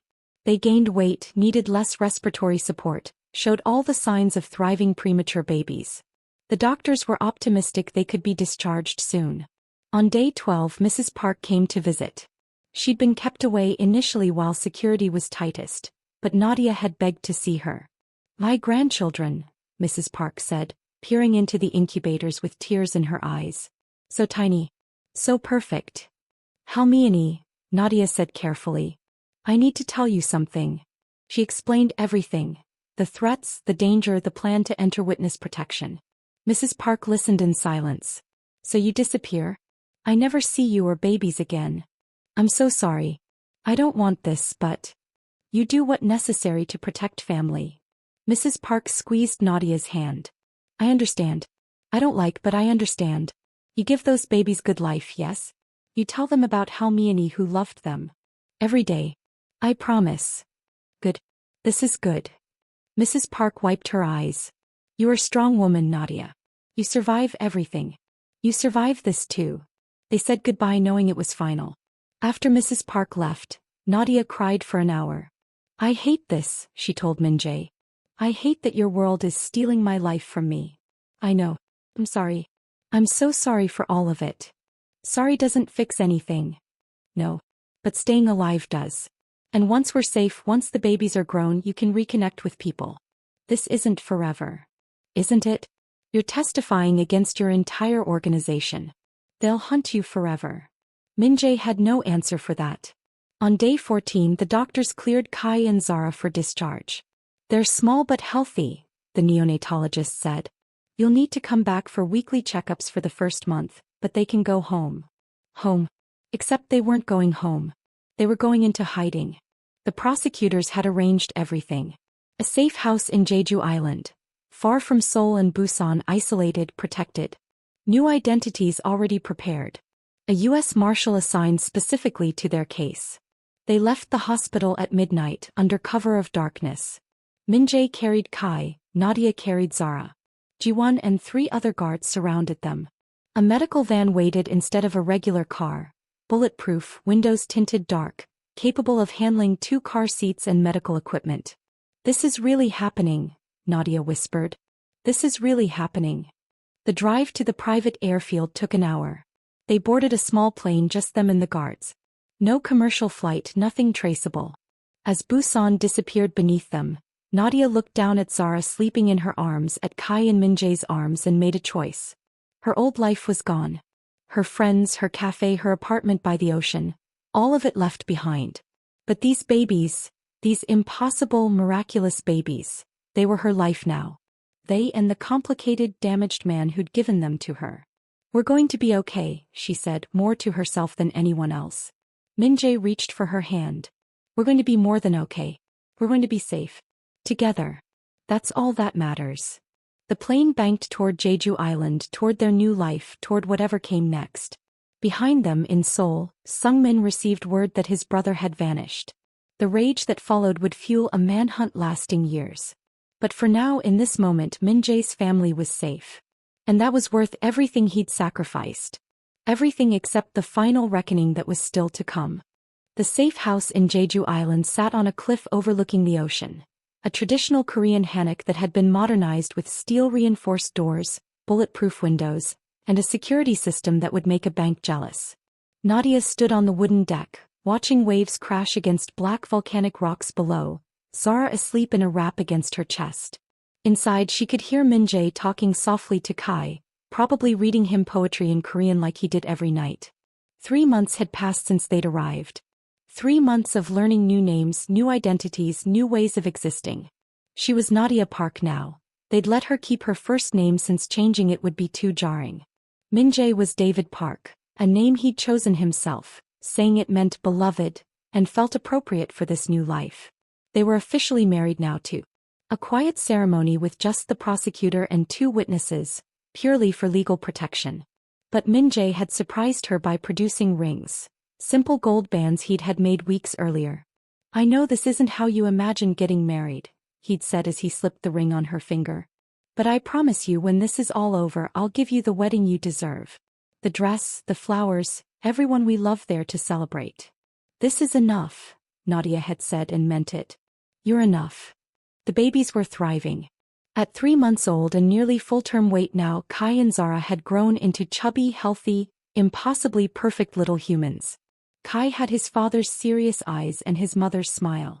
Zara had inherited Nadia's full lips and Min-Jae's bone structure. They'd fallen into a routine that felt almost normal. Min-Jae handled night feedings so Nadia could sleep. She handled mornings while he worked on his testimony. They traded off during the day, taking turns entertaining the twins while the other person rested or did household tasks. Like real parents, Nadia had joked one afternoon. "We are real parents," Min-Jae had corrected. "Just real parents in witness protection." The prosecutor, a stern woman named Park Min-ho, visited weekly to prepare Min-Jae for trial. He spent hours going over documents, dates, transactions, all the evidence that would dismantle his family's organization. "Your testimony will take down 47 people," Prosecutor Park had said during her last visit. "Including your brother and father. Are you prepared for that?" "I'm prepared to protect my family. However necessary. They'll hate you forever." "They already do." Nadia had listened to these conversations from the other room while nursing Zara, her heart aching for the man who was choosing them over everything he'd known. But Min-Jae never showed regret. He played with his children with pure joy, made love to Nadia with reverent intensity on the rare quiet moments they found, and seemed genuinely content with their isolated life. "Don't you miss it?"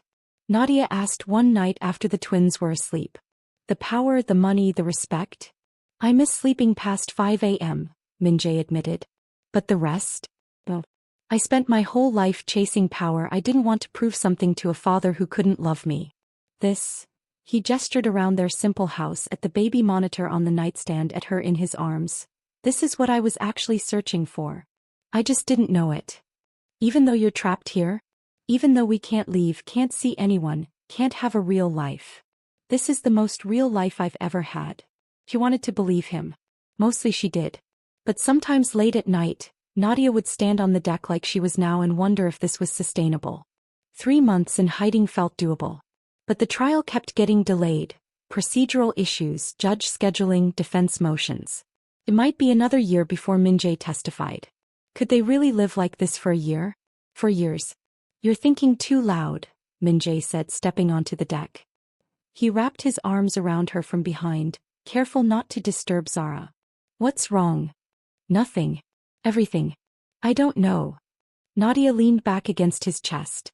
"How much longer do you think we'll be here?" Prosecutor Park thinks the trial will start in 6 months. "After I testify, we can relocate somewhere less isolated. Maybe even leave Korea eventually if you want." "And your family will just let that happen?" "My family will be in prison." "Not all of them. There are associates, loyal soldiers, people who'll want revenge." Min-Jae was quiet for a long moment. "I won't lie to you. There will always be some level of risk. But it gets smaller over time. People forget, move on, die. In 5 years, 10 years, we'll be able to live normally. That's a long time to be looking over our shoulders." "I know. And if you want to leave, if you want to take the twins and disappear without me, I'd understand. I'd help you do it safely." Nadia turned in his arms to face him. "Is that what you think? That I'd abandon you after everything? I think you didn't sign up for this life. You signed up to be a housekeeper in Seoul. Everything else, the pregnancy, the danger, witness protection, I dragged you into all of it. You didn't drag me anywhere. I made choices. I chose to sleep with you. I chose to keep the babies. I chose to give you another chance. And I choose to stay now. Even though it's hard? Especially because it's hard. Easy love doesn't mean anything. The hard kind, the kind you fight for, that's what matters. Min-Jae kissed her softly. I don't deserve you. Probably not. But you're stuck with me anyway. They stood together watching the ocean, their daughter sleeping peacefully between them, their son safe inside. For this moment, this single perfect moment, everything was okay. Then Min-Jae's phone buzzed. He tensed immediately.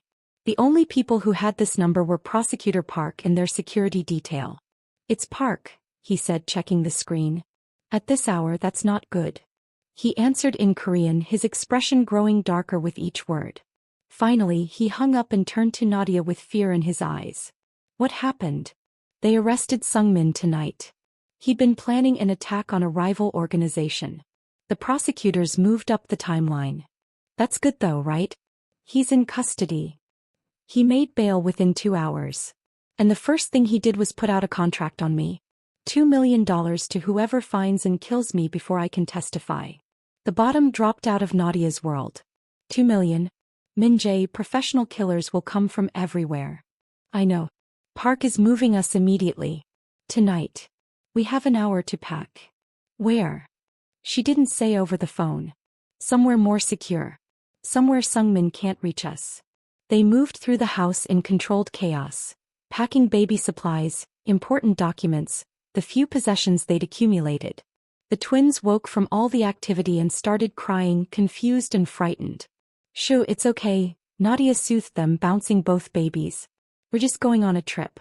An adventure. Kai wailed louder. Zara's face turned red with upset. I'm so sorry, Min-Jae said, throwing clothes into a suitcase. I'm so sorry you have to live like this because of me. Stop apologizing and pack faster. We can process guilt later. 45 minutes later, an armored vehicle arrived. Not the medical van from before. This was military grade, the kind used to transport political prisoners or high-value targets. Prosecutor Park emerged with 4 armed guards. We need to move. No. There's chatter on dark web forums about your location. How? Min-Jae demanded. This house was supposed to be secure. We're investigating. But right now, safety first, questions later. They loaded into the vehicle. Nadia and Min-Jae in the back with the twins, guards in front and behind them. The drive was silent except for the babies fussing and Nadia's whispered attempts to soothe them. After 2 hours, they arrived at a compound that looked like a small military base. High fences, guard towers, electronic surveillance everywhere. This is a government-safe site, Park explained. Used for protecting high-value witnesses. No one knows about it except essential personnel. You'll be safe here. The accommodations were Spartan. Concrete walls, basic furniture, everything functional but cold. Nothing like the warm hammock they'd been living in. How long? Nadia asked. Until we can guarantee your security. Could be days, could be weeks. Weeks in this bunker with 2 infants? It's not ideal, but it's temporary. Once we catch whoever leaked your location, we can move you somewhere better. After Park left, Nadia looked around their new prison and felt claustrophobic panic rising. I can't do this, she said. Min-Jae, I can't raise our babies in a concrete box. We'll make it work. We'll make it feel like home. It's not home. Home was that house with the ocean view. Home was Busan with Mrs. Park. Home was anywhere but a military bunker. Her voice had risen loud enough that both twins started crying again. The sound echoed off concrete walls, amplifying into chaos. Min-Jae took both babies, somehow managing to hold them both against his chest.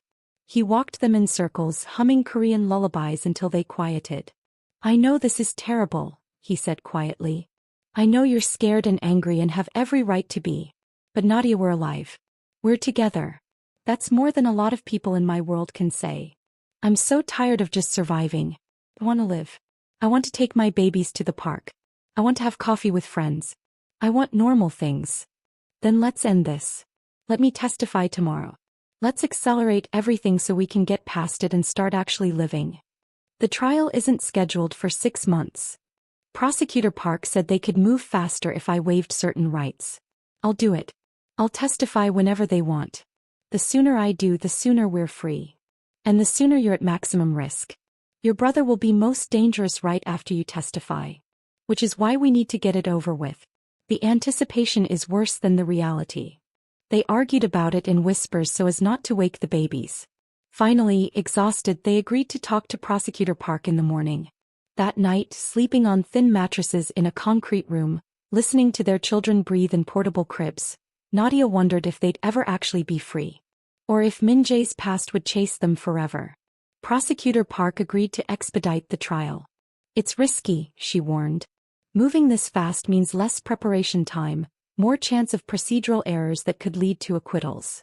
But if I testify soon, we can get into deeper protection faster, right? Min-Jae asked. In theory. If you survive testifying. Very reassuring. I'm not here to reassure you, Mr. Park. I'm here to win a case and get dangerous criminals off the streets. Your survival is secondary. At least you're honest. The trial date was set for 3 weeks out. In that time, Min-Jae spent every day preparing testimony while Nadia cared for the twins in their bunker. The babies were 4 months old now, starting to smile and coo and show personality. Kai was serious, watchful, only smiling for his mother and father. Zara was more open, giggling at silly faces, grabbing at anything within reach. They're growing up in prison, Nadia said one afternoon while Kai practiced tummy time on a blanket. Their first memories will be concrete walls. Temporary walls, Min-Jae corrected. He lay on the floor next to Kai making faces. After the trial we move somewhere with grass and trees and all the normal things. You sound certain. I'm certain. This ends soon. One way or another. The dark edge to his voice made Nadia nervous. What does that mean, one way or another? It means I'm done living in fear. I testify my family goes to prison and we reclaim our lives. Or I testify they come after me and I end it permanently. Min-Jae. I've killed before, Nadia. For stupider reasons than protecting my children. If Sung-min comes for us, I won't hesitate. I don't want you to become that person again. I never stopped being that person. I just learned to hide it better. He rolled onto his back, staring at the ceiling. You fell in love with a killer. A criminal. Someone who's done terrible things. That doesn't disappear because we have babies now. No. But it doesn't have to define you either. Doesn't it? My father used to say you can leave the life but the life never leaves you. He was right. Nadia picked up Kai, held him close. Your father was wrong about a lot of things. You're not him. You're better. I hope so. For their sake. He reached up to touch Kai's tiny hand. They deserve better than what I had. The night before the trial, Min-Jae couldn't sleep. Nadia found him at 2 a.m. sitting on the floor between the twins' cribs, just watching them breathe. Hey, she said softly. What are you doing? Memorizing them. In case tomorrow goes wrong. It won't go wrong. You can't promise that. Sung-min has resources. He could have people in the courthouse, in law enforcement, anywhere. Which is why you'll have guards. Protection. You'll be safe. Maybe. Min-Jae looked up at her with raw fear in his eyes. If something happens to me. Don't. If something happens, Prosecutor Park has instructions. Money set aside, documents prepared. You and the twins will be taken care of. You'll be safe. I don't want your money. I want you. I know. But just in case. No. I don't accept, just in case. You're coming back to us tomorrow. You're testifying and coming home and we're moving somewhere with windows and sunlight and living our lives. Nadia. Say it. Promise me you're coming back. He stood, pulled her into his arms. I promise I'll fight like hell to come back. That's all I can guarantee. Then fight like hell. Because these babies need their father. They have you. You're stronger than all of us combined. Stop talking like you're saying goodbye. But it felt like goodbye when he kissed her that night. Desperate and tender and final. The courthouse was a fortress. Metal detectors, bomb-sniffing dogs, snipers on rooftops. Min-Jae arrived in an armored car with 6 guards. Nadia watched from the bunker via video feed, the twins playing on a blanket at her feet. She'd wanted to attend in person but Park had refused. Too risky. If something goes wrong we can't have both parents compromised. So Nadia watched on a screen as Min-Jae was sworn in, as he began testimony that would destroy his entire family. He spoke calmly, methodically, detailing crimes going back 15 years. Money laundering. Trafficking. Extortion. Murder. He named names, provided evidence, confirmed what prosecutors had suspected for years. In the gallery, his father sat stone-faced. Sung-min glared with pure hatred. The defense attorney tried to break him on cross-examination. Isn't it true, Mr. Kang, that you're testifying to avoid prosecution yourself? Yes. That you've committed all the same crimes you're accusing your family of? Yes. So why should the jury believe anything you say? Because I have nothing left to lose. I've already lost my family, my name, my entire life. The only thing I have left is the truth. And the truth is that my father built an empire on blood and fear, and I helped him do it until I had something more important to protect. More important than family? My children. They're my family now. And I won't let them grow up in the shadow of my sins.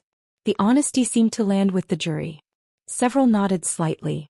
The testimony lasted 7 hours. By the end, Min-Jae looked exhausted but relieved. He'd done it. Said everything that needed saying. The evidence was in the record. As guards prepared to escort him out, the judge called for a brief recess. Min-Jae stood, stretched, turned toward the gallery. And Sung-min moved. Later, security footage would show how it happened. Sung-min had somehow gotten a ceramic knife past the metal detectors. Thin enough, positioned carefully enough to avoid detection. In the chaos of the recess, as people stood and moved, he'd lunged. But he wasn't aiming for Min-Jae. He was aiming for the judge, trying to create mistrial through assassination. Min-Jae saw it happening. Saw his brother's hand moving. Saw the blade. And he did what all his years of violence had trained him to do. He moved. Faster than Sung-min expected. Faster than the guards could react. He intercepted his brother's arm, twisted, and the knife that should have gone into the judge's chest went into Sung-min's stomach instead. Sung-min's eyes went wide with shock. Then rage. Traitor, he hissed in Korean as he fell. You chose them over your blood. I chose actual love over poison loyalty. I'd make that choice 1,000 times. Then guards swarmed them both. Sung-min was on the ground bleeding. Min-Jae was slammed against the wall, handcuffed despite being the one who'd stopped an assassination. Through it all, Min-Jae kept his eyes on the camera he knew was recording. Kept his eyes on the lens that would transmit this to Nadia. I'm okay, he mouthed. I'm coming home. At the bunker, Nadia screamed when she saw the knife. Screamed again when Min-Jae was thrown against the wall. The twins started crying in response to her panic. He's fine, Park said quickly, entering the room. Mr. Park is fine. He stopped an assassination attempt. He's a hero. He's handcuffed. Protocol. They have to clear him before releasing him. But he'll be free within the hour. Nadia sank to the floor, her body shaking with delayed shock. She gathered both twins into her lap, holding them tight while they cried together. True to Park's word, Min-Jae was released an hour later. The investigation was quick. Dozens of witnesses, clear video footage showing he'd acted in defense of the judge. Self-defense against his brother's attempted murder. Sung-min survived the stabbing but would be in prison hospital for weeks. The attempted assassination of a federal judge added 20 years to whatever sentence he'd receive from the original charges. When Min-Jae finally walked back into the bunker, Nadia launched herself at him. He caught her, held her so tight she couldn't breathe. You promised to come back, she sobbed against his chest. You promised. I kept my promise. I'm here. You could have died. Your brother could have killed you. But he didn't. It's over, Nadia. The testimony is done. The trial will proceed without me now. We can leave. Leave where? We're still in danger. Less danger. Sung-min's in custody. The organization is in chaos.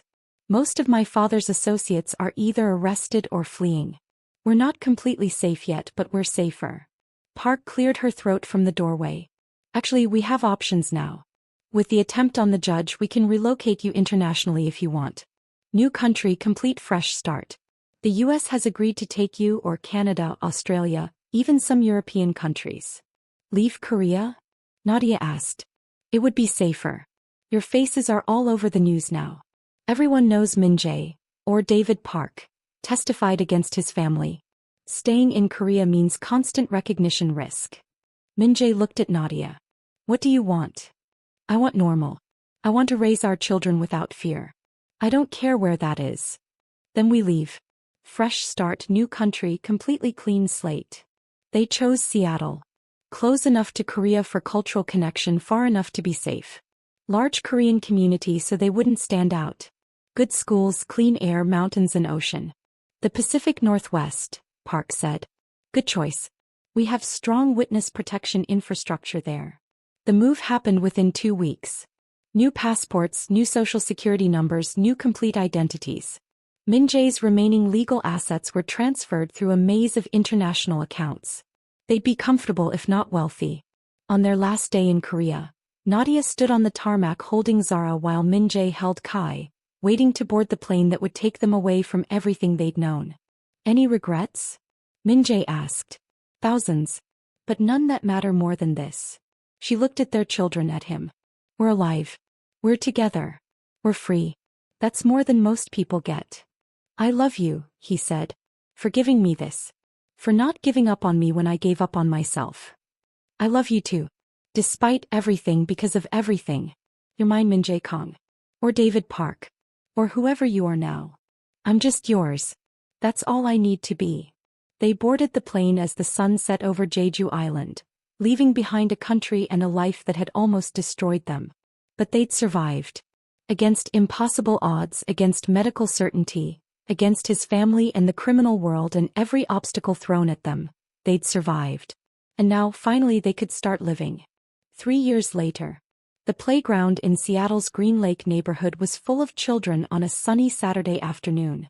Nadia sat on a bench watching Kai and Zara play, 3 years old now, running and laughing and absolutely fearless. Higher, Appa. Zara shouted from the swing set. Min-Jae pushed her higher, laughing at her delighted squeals. Kai waited his turn patiently, watching birds in a nearby tree. This was their life now. Normal. Beautifully, boringly normal. They lived in a modest house in a quiet neighborhood. Min-Jae ran a small security consulting business. Completely legitimate, helping small businesses with alarm systems and safety protocols. Nadia had opened an online store selling African and Korean fusion products. Fabrics, spices, handicrafts. They had friends. Other parents from the twins' preschool who knew them as David and Nadia Park. The nice couple with the cute kids who'd moved from Korea a few years back. Nobody knew their real story. Yama, look. Kai called, pointing at a crow. Gamagi. Yes, baby, that's a crow. Very good Korean. They spoke both languages at home, wanting the twins to stay connected to their heritage even while building American lives. The kids switched between English and Korean mid-sentence, completely fluent in both. Min-Jae joined her on the bench, slightly out of breath from pushing swings. They have too much energy, he complained. They're 3. That's their job. I'm getting old. You're 37. Ancient. Decrepit. Soon they'll be pushing me on swings. Nadia laughed and leaned against his shoulder. Did you see the news this morning? About my father's sentencing? Yeah. 35 years. He'll die in prison. How do you feel about that? Min-Jae was quiet for a moment, watching his children play. Sad. Not for him, but for what could have been if he'd chosen differently. If he'd valued family over power. You're not like him. I'm trying not to be. Every day. He squeezed her hand. Sungmin's still fighting his sentence. Appeals, motions, the whole thing. Will it work? No. The evidence is too strong. He's looking at life without parole. The assassination attempt sealed it. Good. I'm sorry he's your brother, but... He stopped being my brother the moment he threatened our children. I don't lose sleep over him. Zara ran over, sweaty and happy. Ape, I'm festy. Min-Jae pulled a juice box from the diaper bag they still carried despite the twins being long past diapers. Old habits. Thank you, Zara said in careful English, then ran back to play. Their manners are improving, Nadia observed. Your influence. They get their wildness from me, their kindness from you. They get stubbornness from both of us. True. They sat in comfortable silence, watching their impossible children play with other kids who had no idea what miracle they represented. 2 babies who shouldn't exist, thriving against all odds. Nadia's phone buzzed. A text from an unknown number that made her heart stop. Oh, Nadia. It's Mrs. Park. Please don't be afraid. I found you through a friend who knows friends. I just wanted to see how you and babies are. I miss you every day. Please send picture if you can. I understand if you can't. Just know how Meanie loves you always. Mrs. Park. Nadia showed Min-Jae the text. He read it twice. She tracked us down, he said carefully. That's concerning from a security standpoint. I know. But Min-Jae, it's Mrs. Park. She wouldn't hurt us. No. But she could accidentally expose us. Or she could just be an old woman who misses the girl she thought of as a daughter. Min-Jae was quiet for a long moment. Then, send her a picture. Tell her we're safe and happy. But nothing identifying. No faces, no backgrounds that show where we are. Nadia took a photo of the twins from behind. Just their silhouettes playing in the distance. We're safe and healthy and happy. The twins are thriving. We think of you often and love you always. Thank you for everything you did for us. Ain. The response came immediately. Beautiful babies. Strong and healthy. This makes my heart full. I won't contact again unless you want. But know I am always here if you need Halmiani. Be well, my daughter. Nadia cried reading it. Min-Jae pulled her close. We survived, she whispered. Everything they threw at us and we survived. We did more than survive. We won. Did we? We're in hiding with new names in a foreign country. We're alive. Our children are safe and loved. We're together. That's winning. Nadia thought about that. About what winning actually meant. It wasn't wealth or power or the life she'd imagined. It was this. A sunny afternoon in a Seattle park, her children laughing, the man she loved beside her, and the future stretching ahead full of possibility instead of fear. Yeah, she agreed. I guess we did win. Kai ran over, tugging on Min-Jae's sleeve. Appa, I'm hungry. Can we get tteokbokki? There's no Korean street food here, buddy. But we can make it at home. Yes. And Zara wants kimbap. Of course she does. Your sister would eat kimbap for every meal if we let her. They gathered their things, collected Zara from where she was digging in the sandbox, and headed home as a family. Their little house wasn't much. 3 bedrooms, a small yard, absolutely normal. But walking through the door felt like coming home in a way the penthouse and the hammock and all their other places never had. This was theirs. Built on truth, not secrets. Built on love, not fear. Built on the choice to keep choosing each other, day after day despite everything. That evening, after the twins were bathed and fed and read to and finally asleep, Min-Jae and Nadia collapsed on the couch with wine. Remember when we had energy? Nadia said. Vaguely. It was nice. Remember when we could have a conversation without being interrupted 17 times? Barely. Remember when your biggest worry was running a criminal empire instead of whether Kai would eat his vegetables? Honestly, I don't miss those days at all. Nadia looked at him. This man who'd given up everything for her and their children. Who'd betrayed his family, testified against his brother, lived in fear and hiding, all to keep them safe. Do you ever regret it? She asked. Everything you sacrificed? Never. Not for a single second. Min-Jae pulled her closer. I spent my whole life chasing power that made me miserable. Then you spilled into my life. Literally with cleaning supplies, and suddenly I had something real. You gave me purpose, love, family. You gave me Kai and Zara. You gave me a reason to be better than I was. You gave me the same thing. I was running from my past when I came to Korea. Lost and scared and convinced I wasn't worth anything. Then you looked at me like I was the most important person in the world. You gave me confidence, security, love I didn't think I deserved. You deserved all of it. You always did. So did you? You just couldn't see it. They kissed softly, years of passion and pain and perseverance in that single touch. We should probably go to bed, Nadia said. The twins will be up at 6 a.m. demanding pancakes. Probably. Or we could stay here a little longer. Enjoy the quiet. Enjoying the quiet sounds perfect. So they stayed, wrapped in each other, listening to the house settle around them. Their home. Their life. Their hard-won happily ever after. It wasn't perfect. Min-Jae still had nightmares sometimes about his brother's trial. Nadia still occasionally missed Korea so badly it hurt. The twins were handful, strong-willed and stubborn and requiring constant attention.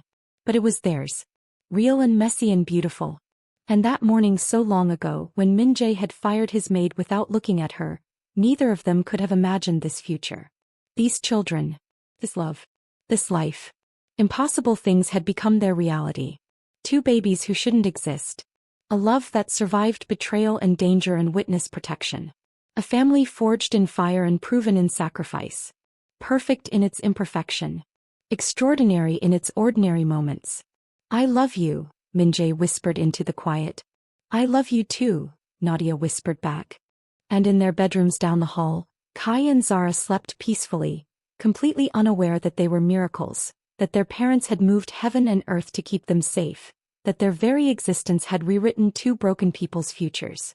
They were just kids, loved and protected, growing up in Seattle with the ocean nearby and mountains in the distance and all the normal childhood experiences their parents had been denied. And someday when they were older, Min-Jae and Nadia would tell them the whole story. About the locked room and the impossible pregnancy. About the firing and the reconciliation. About the dangerous world they'd left behind and the new one they'd built together. But for now, for tonight, they were just a family. Safe. Together. Home. Finally, permanently, completely home. The end. Thank you for staying with Min-Jae and Nadia's journey from that cold firing to their hard-won peace in Seattle. If you loved their story of impossible miracles, dangerous love, and the lengths we go to protect family, please subscribe to this channel for more emotionally intense romance content. Drop a comment telling us, what was your favorite moment? When did you start rooting for them? What would you have done in Nadia's situation? And don't forget to like this video if you believe in second chances, impossible pregnancies, love that fights against all odds, choosing family over everything else. See you in the next story, where another powerful man will discover that the woman he underestimated is actually his salvation. Two hearts.